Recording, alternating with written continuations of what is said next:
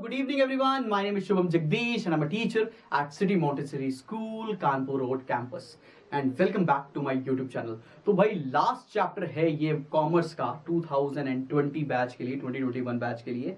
इसमें हम लोगों ने जो चैप्टर कवर किया है उसका नाम है मार्केटिंग मिक्स. मार्केटिंग मिक्स आपका चैप्टर नंबर 14 है. इसके बाद एक और वीडियो आएगा जिसमें मैं अमेंडमेंट बताऊंगा कंज्यूमर प्रोटेक्शन एक्ट के.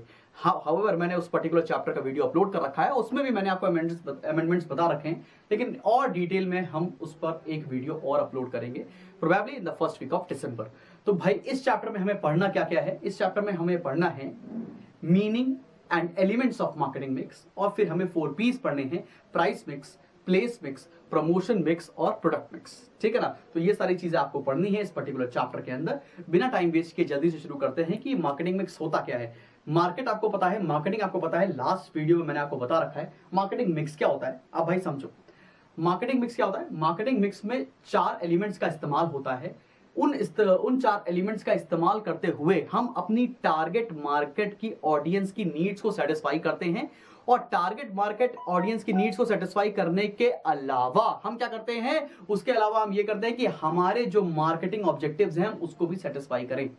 ठीक है ना. अब जैसे कि मैं मान लेता हूं मैन्युफैक्चरर हूं इस फोन का, तो मेरी टारगेट मार्केट ऑडियंस मान लेते हैं 20 साल से 40 साल वाले लोग हैं. तो मैंने ये प्रोडक्ट बनाया सो दैट मैं उनकी नीड्स को सेटिस्फाई कर सकूं, और मैंने ये प्रोडक्ट इसलिए भी बनाया कि मैं अपने ऑर्गेनाइजेशन की नीड्स को सेटिस्फाई कर सकूं साथ में. क्लियर है कि बात समझ में आ रही है आपको. आगे बढ़ते हैं. अब जरा एक बार क्वेश्चन डेफिनेशन रीड करते हैं. Marketing mix is a systematic combination of 4 elements: product, price, place, promotion activities used to satisfy the needs of an organization's target market and at the same time achieve its marketing objectives. कोई दिक्कत वाली बात तो नहीं है. मैंने easy करके definition लिखी हुई है, साथ में मैंने इसके अंदर आपको जो आपके कीवर्ड्स हैं वो भी मार्क कर दिए हैं. तो एज इट इज ये डेफिनेशन लिखकर आ सकते हैं, बिल्कुल भी गलत नहीं होगा. बोर्ड एग्जामिनेशन में आप साथ साथ ये नोट्स नोट करते चला करो भाई. ठीक, चलो भाई बढ़ते हैं आगे. जो पहला टॉपिक है ये बहुत बड़ा टॉपिक है अपने आप में, तो अभी शुरू होने वाला है और बहुत देर तक चलेगा. ये प्रोडक्ट मिक्स क्या होता है. प्रोडक्ट मिक्स पहले जानते हैं, उसके बाद जानते हैं कि प्रोडक्ट क्या होता है. ठीक है, तो चलो भाई प्रोडक्ट मिक्स क्या होता है. It refers to combination of various features relating to the product और service to be offered for sale. मतलब जो हम प्रोडक्ट या सर्विस ऑफर कर रहे हैं, बेचने रहे हैं कंज्यूमर को, उसके क्या क्या फीचर्स होते हैं उसके बारे में जो डिस्कशन करेंगे उसे बोलते हैं प्रोडक्ट मिक्स. इसके अंदर कैसे डिसीजन लिए जाते हैं. प्रोडक्ट मिक्स के अंदर हम लोग बेसिक जो डिसीजन लेते हैं वो होता है, it involves decisions related to size, कैसा होगा प्रोडक्ट का, क्वालिटी क्या होगी, ब्रांड नेम क्या होगा, लेबलिंग क्या होगी, वारंटी क्या होगी, एक्सेट्रा. मतलब प्रोडक्ट से रिलेटेड सारी चीज के बारे में डिस्कशन होता है प्रोडक्ट मिक्स के अंदर. यहीं पर फैसला आएगा कि प्रोडक्ट कौन सा बनेगा, कैसा दिखेगा, कैसा बेचा जाएगा, सब कुछ. क्लियर है कि नहीं क्लियर भाई. आगे बढ़ते हैं. प्रोडक्ट क्या होता है. कोई भी ऐसी चीज जो सेलर बेच रहा है कस्टमर को, उसे प्रोडक्ट बोलते हैं. तो यहां क्या लिखा है, बहुत आसान भाषा में लिखा हुआ है भाई. Product means what seller sells and what buyer buys. बिल्कुल सही बात है. अब प्रोडक्ट के कुछ बेनिफिट्स होते हैं. बेनिफिट्स क्या है. पहला तो बेनिफिट होता है कोर बेनिफिट, जिसके लिए वो पर्टिकुलर सामान खरीदा गया होता है. दूसरा है एक्सपेक्टेड बेनिफिट्स, अगर ये भी मिलते हैं साथ में तो बहुत अच्छी बात है. और तीसरा है ऑगमेंटेड बेनिफिट्स. ऑगमेंटेड मतलब सामान तो खरीद रहे हैं लेकिन उस सामान को खरीदने में क्या हमको असिस्टेंस प्रोवाइड हो रही है फ्रॉम कंपनी साइड, उसे बोलते हैं हम लोग ऑगमेंटेड बेनिफिट्स. फॉर एग्जाम्पल मान लेते हैं कि आप लोगों को कार खरीदनी है. कार खरीदने का बेसिक पर्पस क्या है, कोर बेनिफिट क्या है कि भाई मुझे ट्रांसपोर्टेशन के लिए कार चाहिए, तो यहां से चल के दूसरी जगह पे जा सके, मूवेबल हो, अच्छी कंडीशन में हो, सही चलती हो. वो मेरा कौन सा बेनिफिट है, कोर बेनिफिट. अब उसका एक्सपेक्टेड बेनिफिट क्या निकाल दिया कि माइलेज भी अच्छा दे, तो ये हो गया एक्सपेक्टेड बेनिफिट. अब ऑगमेंटेड बेनिफिट क्या हो गया कि जब हम कार खरीदते समय गए तो वहां पर हमको लोन 0% इंटरेस्ट पे मिल गया. तो आपको तीनों तरह के डिफरेंस समझ में आ रहे हैं. कोर बेनिफिट क्या हुआ, हमें कार चाहिए ट्रांसपोर्टेशन के लिए. आपका एक्सपेक्टेड बेनिफिट क्या हुआ, ट्रांसपोर्टेशन के लिए तो चाहिए लेकिन हमारी वो एफिशिएंट होनी चाहिए, उसका फ्यूल का एवरेज अच्छा होना चाहिए, कार का एवरेज अच्छा होना चाहिए. और तीसरा क्या, ऑगमेंटेड बेनिफिट, जब हम कार खरीदने के लिए गए तो वहां पर हमको लोन इजीली मिल गया, 0% फाइनेंस मिल गया, बहुत सारी स्कीम्स मिल गई. क्लियर है कि नहीं क्लियर. यहां तक बात समझ में आई है. जल्दी से ये पूरा एज इट इज नोट करते चलो. बिल्कुल एक बड़ा सा नोट्स बनने वाला है इस पर्टिकुलर चैप्टर का. नोट करो, पढ़ते हैं आगे. ऑलराइट क्लास, तो बढ़ते हैं अपने नेक्स्ट टॉपिक पर. नेक्स्ट टॉपिक मतलब जो हमारा कंटिन्यूड है प्रोडक्ट मिक्स, उसके अंदर हमको पढ़ना है गुड्स के बारे में. गुड्स की मीनिंग क्या होती है, फीचर्स क्या है और उसके टाइप्स क्या है, ये सारे पढ़ने. फिर हम लोग को सर्विसेज के ऊपर आना है.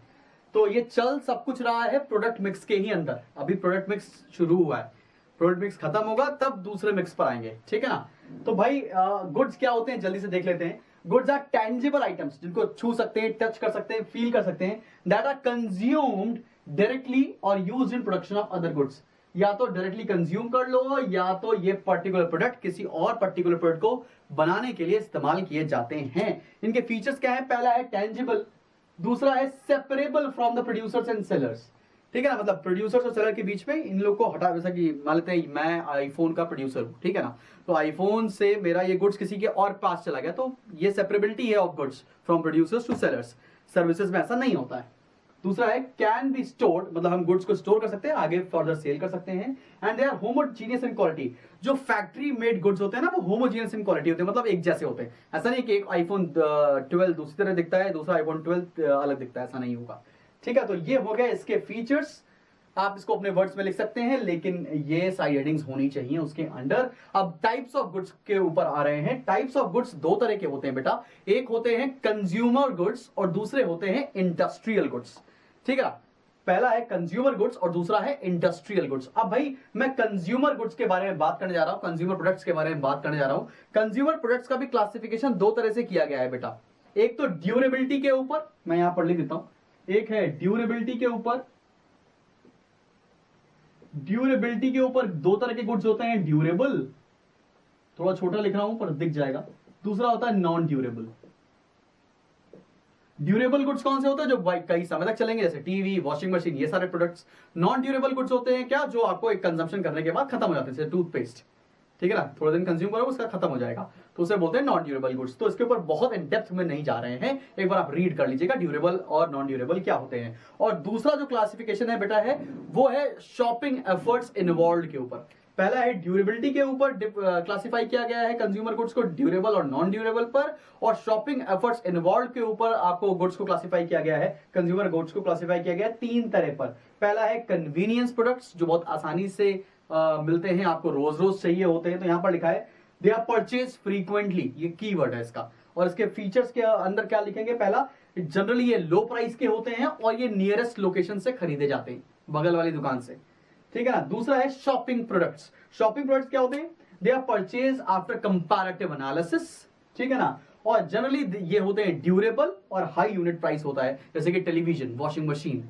तीसरा है स्पेशलिटी प्रोडक्ट्स, उसमें क्या होता है? परचेज विद स्पेशल एफर्ट्स, और इसकी जो यूनिट प्राइस होती है बहुत ज्यादा होती है, वेरी हाई यूनिट प्राइस। और जनरली ये लग्जरी गुड्स होते हैं, जैसे कि ज्वेलरी, आप अपनी मम्मी को लेकर गए हैं, अब आप क्या ही समझेंगे इस समय, इस एज ग्रुप में मम्मी को ही लेकर जाएंगे, बाकी मैं बोल नहीं सकता हूं। आप मम्मा को लेकर गए हैं अपनी ज्वेलरी दिखाने के लिए, तो आपको बहुत सारे एफर्ट्स लेने पड़ते हैं, तभी आप जाकर उनके लिए ऐसे प्रोडक्ट्स कह सकते हैं। तो जनरली लग्जरी गुड्स के साथ ऐसा होता है, समझ में आया?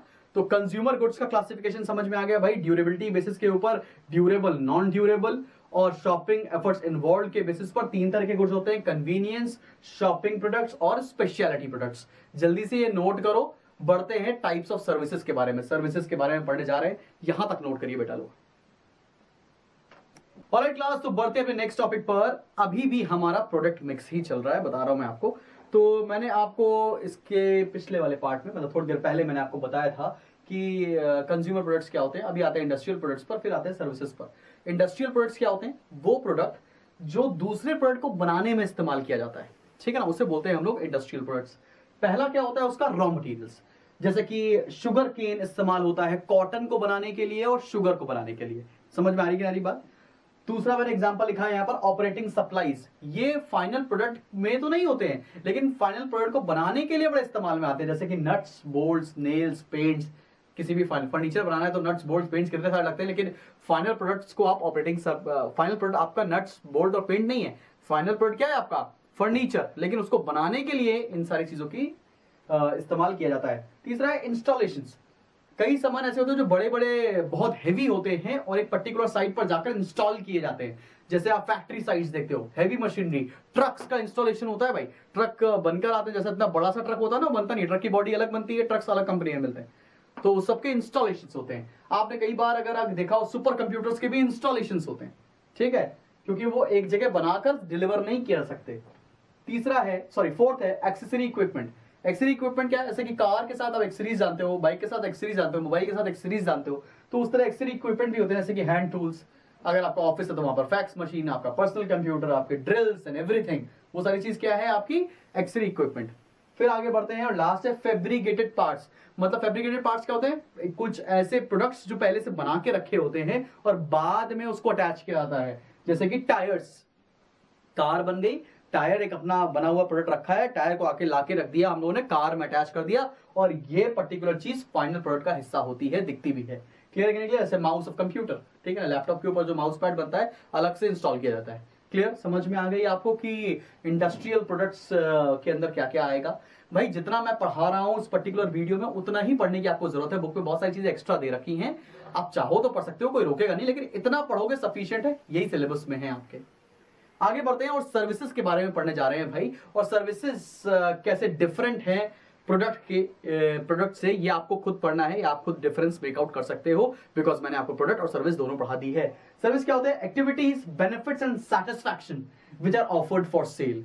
फॉर एग्जाम्पल आप एयरलाइन सर्विसेज यूज कर रहे हो, वहां की आपने क्या किया, सर्विस इस्तेमाल की है, आपको जहाज नहीं मिल जाएगा भाई साहब, ये लिए जहाज आपका हुआ, ये सब नहीं होने वाला। आपने केवल यहां से, और आप मान लीजिए लखनऊ से दिल्ली गए हैं, तो आपने लखनऊ से दिल्ली के लिए प्लेन की सर्विस का इस्तेमाल किया है। तो इसकी फीचर्स क्या होते हैं, पहला इंटेंजिबल, दिखती नहीं है, टच भी नहीं कर सकते, फील भी नहीं कर सकते। हेट्रोजीनियस, हर आदमी के साथ अलग तरह की होती है, मतलब प्रोडक्ट्स ऐसे नहीं है एक आईफोन दूसरा भी आईफोन सेम होगा, सर्विस कैन वेरी, ठीक है ना, from person to person. Third है perishable, they can not last long, ऐसा नहीं कि अभी एक बार हो गया तो जिंदगी भर सर्विस मिलती रहेगी, 2 घंटे के लिए, 1.5 घंटे के लिए सर्विस मिली अगर आप लखनऊ से दिल्ली फ्लाइट से जा रहे हो तो। तीसरा है इनसेपरेबल, मतलब ये प्रोड्यूसर से सेलर्स के बीच में हटा ही नहीं आ सकती है, ठीक है ना, प्रोड्यूसर्स के साथ ही अटैच रहती है। क्लियर है कि नहीं क्लियर। आगे बात करते हैं टाइप्स ऑफ सर्विसेज के ऊपर। पहली सर्विस है बेटा पर्सनल एग्जांपल मेड सर्विस, जो आपके घर में आके काम करते हैं। दूसरा फाइनेंशियल से बैंक्स एंड ऑल। तीसरा है कोरियर सर्विसेज, डीटीडीसी, बहुत सारी पता है आपको। प्रोफेशनल सर्विसेज, जैसे कि कल को डेट में आप सीए बन जाओगे तो लॉयर बन जाओगे मान लेते हैं, तो सीएस और लॉयर्स, डॉक्टर्स, ये सारी अपनी सर्विसेज रेंडर करते हैं। तो भाई यहां तक मैंने अभी तक सिखाया आपको गुड्स क्या होते हैं, उसका क्लासिफिकेशन क्या है, सर्विसेज क्या होती हैं, उसका क्लासिफिकेशन क्या है। अब शुरू होगा असली प्रोडक्ट मिक्स, काफी बड़ा है, नोट्स बनाते चलो, नोट करो। ऑलराइट क्लास, तो बढ़ते हैं अपने नेक्स्ट टॉपिक पर, और नेक्स्ट टॉपिक है प्रोडक्ट मिक्स का लास्ट टॉपिक, और ये लास्ट टॉपिक ही बहुत बड़ा है।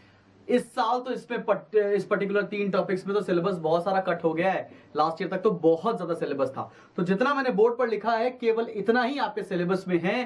प्लीज इसका स्क्रीनशॉट लेने के बजाय इसको नोट कर लीजिएगा, नोट करने पर एक बात तो एटलीस्ट दिमाग में जाएगा ही। थोड़ा सा बोर्ड शाइन कर रहा है कॉर्नर्स पर, तो मैं बता देता हूं, मैं रीड भी कर दूंगा क्या है। तो पहला टॉपिक जो पढ़ने जा रहे हैं उसका नाम है ब्रांडिंग। ब्रांडिंग क्या होता है, ये पर्टिकुलर टॉपिक पढ़ने जा रहे हैं। तो इस ब्रांडिंग के अंदर केवल 2 ही टॉपिक हमारे सिलेबस में है, बुक में बहुत सारी चीजें दे रखी है, I'm sorry मैं वो सारी चीजें नहीं पढ़ा रहा हूं, मैं एकदम strictly as per board pattern पढ़ा रहा हूं, ठीक है। तो ब्रांडिंग के अंदर 2 चीजें आने वाली हैं, मीनिंग ऑफ ब्रांडिंग और उसके मेरिट्स, इसके अलावा और कुछ भी नहीं आएगा। तो ब्रांडिंग क्या होता है उसकी मैंने डेफिनेशन लिख रखी है, exactly as it is definition आप लिखकर आ सकते हो। तो है क्या, it is a process of assigning a distinctive name और symbol to a product by which it is to be known and remembered. मतलब ऐसा कोई नेम दे दो प्रोडक्ट को, या ऐसा कोई सिंबल दे दो प्रोडक्ट को, सो दैट जो भी उसके जनरल पब्लिक है उसको रिमेंबर कर सके, रिकॉल कर सके उस पर्टिकुलर नेम से। जैसे कि मैं आपको बताऊं, आप सभी लोग बताना मेरे को, छोटी सी चीज, बड़ी स्टूपिड सी चीज पूछ रहा हूं, ये जो सिंबल है ये किस प्रोडक्ट का है, कमेंट सेक्शन में लिखकर बताना भाई, ठीक है। और एक बना नहीं पाऊंगा वैसे तो मैं छोटा सा डायग्राम, लेकिन फिर भी बनाने की कोशिश करता हूं,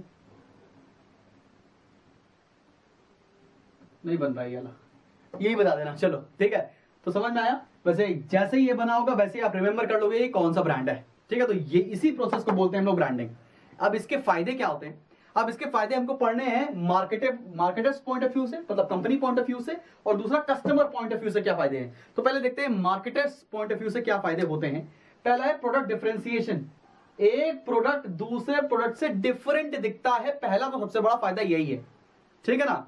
तो इसके जो कॉम्पिटिटर है वो ये सिंबल नहीं रह सकते, बिकॉज ट्रेडमार्क होता है, ट्रेडमार्क मतलब आपकी कंपनी के नाम रजिस्टर्ड हो गया है। फिर है फैसिलिटेट्स एडवर्टाइजिंग, एडवर्टाइजिंग करने के लिए अब पूरे ब्रांड को एडवर्टाइज करने की जरूरत नहीं है। जैसे हिंदुस्तान यूनिलीवर लिमिटेड, ये बहुत बड़ी कंपनी है लिवर लिमिटेड, ठीक है ना, इसके बहुत सारे प्रोडक्ट्स हैं। तो इसके जैसे एक प्रोडक्ट है लक्स, तो लक्स वाले लक्स की ब्रांडिंग करते हैं, लक्स वाले HUL की ब्रांडिंग नहीं करते हैं। ठीक है, तो हमें केवल अपने ब्रांड नेम को प्रमोट करना है, तो चाहे वो ब्रांड सिंबल को प्रमोट करो, चाहे ब्रांड नेम को प्रमोट करो। तो ब्रांडिंग आपको हेल्प करती है एडवर्टाइजिंग में। Third, differential pricing. Differential pricing का मतलब क्या होता है, एक पर्टिकुलर ब्रांड डिफरेंट प्रोडक्ट के डिफरेंट प्राइस चार्ज कर सकता है। फॉर एग्जांपल, अगर मैं, जितने भी बच्चियां ये वीडियो देख रही हैं, जितने भी गर्ल्स ये वीडियो देख रही हैं, वो अच्छे से समझ सकती हैं, को रिलेट कर सकती हैं। कॉस्मेटिक्स इंडस्ट्री में मान लेते हैं लैक्मे भी काजल बनाता है, और मान लेते हैं कलर बार दूसरी कंपनी है, वो भी काजल बनाता है। दोनों बना रहे हैं सेम प्रोडक्ट्स, लेकिन दोनों की डिफरेंशियल प्राइसिंग है, दोनों की प्राइसिंग अलग होती है। मैक का प्रोडक्ट इस्तेमाल कर रहे हैं तो उसकी प्राइसिंग अलग होती है। तो अलग अलग कंपनी सेम प्रोडक्ट बना रही है, लेकिन उसकी प्राइसिंग अलग अलग है। तो लोग एक्सेप्ट भी करते हैं, लड़कियां खरीदती भी हैं।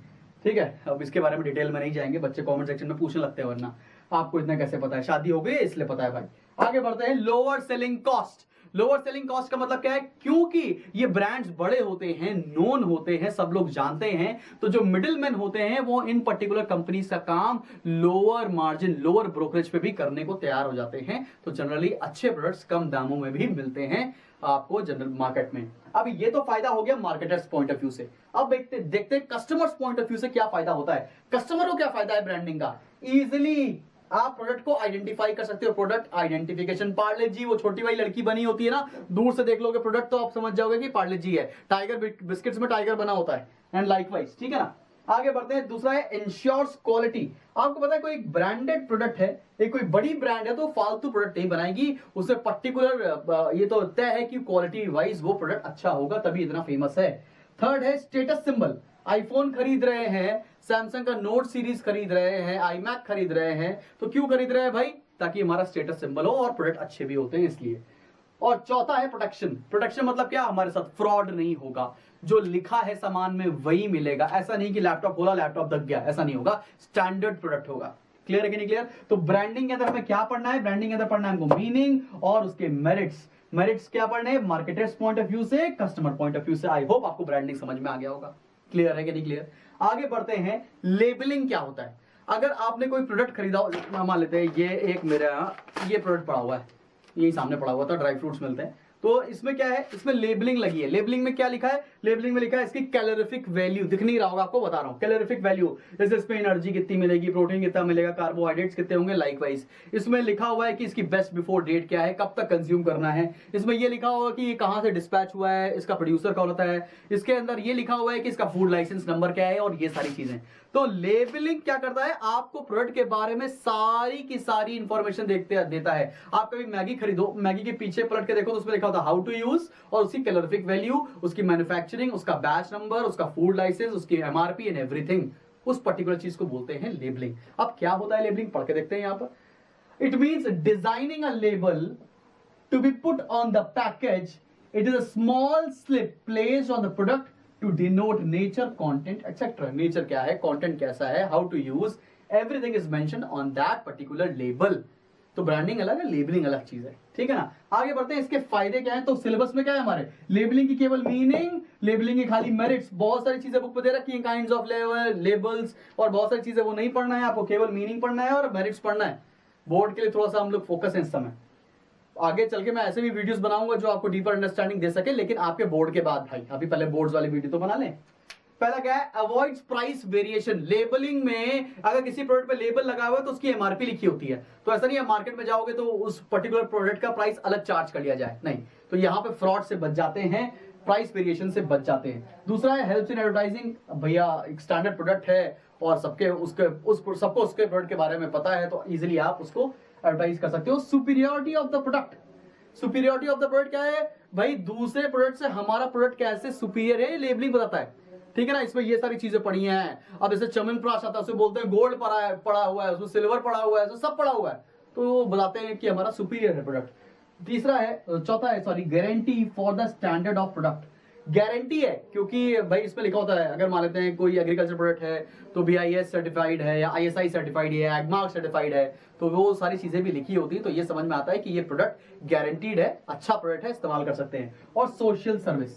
सोशल सर्विसेज टू कस्टमर्स का मतलब क्या है, कंपनी का ये दायित्व बनता है कि अपने कस्टमर्स को बताएं कि जो प्रोडक्ट वो दे रहे हैं उस प्रोडक्ट के अंदर क्या चीजें हैं, कैसे इस्तेमाल करना है, क्या फायदे हैं, क्या नुकसान है, ये सारी चीजें। ठीक है, समझ में आया? इसे बोलते हैं हम लोग लेबलिंग। बढ़ते हैं आगे। लास्ट टॉपिक है प्रोडक्ट मिक्स का, जो बहुत देर से पढ़ाई चला जा रहा हूं, वो है पैकेजिंग। पैकेजिंग में सिलेबस में क्या है? पैकेजिंग के सिलेबस में है केवल मीनिंग और फीचर्स ऑफ गुड पैकेजिंग। तो जो बच्चे पूरा वीडियो नहीं देख रहे हैं उनको समझ में ही नहीं आएगा सिलेबस में क्या है। ठीक है, तो जो अगर आप अपने किसी फ्रेंड को रेफर कर रहे हो उसको बोल देना भाई पूरा वीडियो देखो तभी समझ में आने वाला है। और नोट्स बनाते चलो, नोट्स मांगो नहीं, बनाओ। पैकेजिंग क्या होता है भाई? पैकेजिंग वो पता है कि किसी पर्टिकुलर गुड को पैक करना है। ये पेन है ना, इस पेन की भी पैकेजिंग होती है, इसके अंदर रिफिल डाली गई होती है, इंक डाली गई होती है, ये डब्बे में आता है और बहुत सारे पेन बहुत सारे बड़े डब्बे में आते हैं, तो उसको पैकेजिंग बोलते हैं। होता क्या है? It refers to covering, wrapping, cracking, filling और compressing of goods to protect them from breakage, leakage, pilferage etcetera.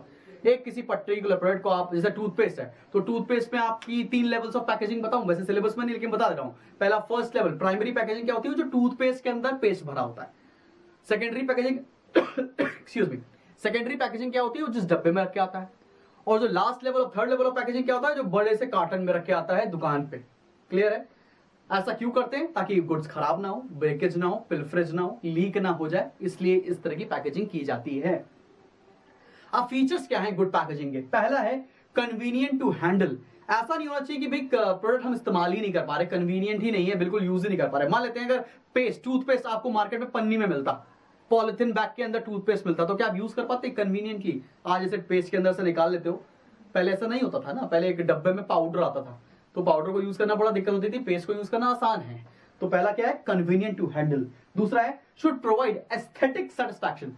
जैसे कि यार अगर अभी आप बिस्किट्स अगर खाते हो, हम सब लोग खाते हैं, तो जो यार वो सबसे अच्छे बिस्किट की कौन सी पैकेजिंग है? ओरियो की पैकेजिंग बहुत अच्छी है। और आप लोग मुझे कमेंट सेक्शन में मेंशन करके बताना, एक बिस्किट आता है इसकी पैकेजिंग तो बहुत ही बढ़िया है, मैं भूल गया, मिलानो की पैकेजिंग अच्छी है। और एक पता नहीं, मैं भूल गया नाम, आप लोग मुझे कमेंट सेक्शन में बताना कि कौन से बिस्किट की पैकिंग आपने देखी होगी। ओ माय गॉड, ये तो चॉकलेट जैसी पैकिंग है। तो पैकिंग भी आज की डेट में एस्थेटिक सेटिस्फैक्शन देती है कि मैं बहुत अच्छा प्रोडक्ट इस्तेमाल कर रहा हूं।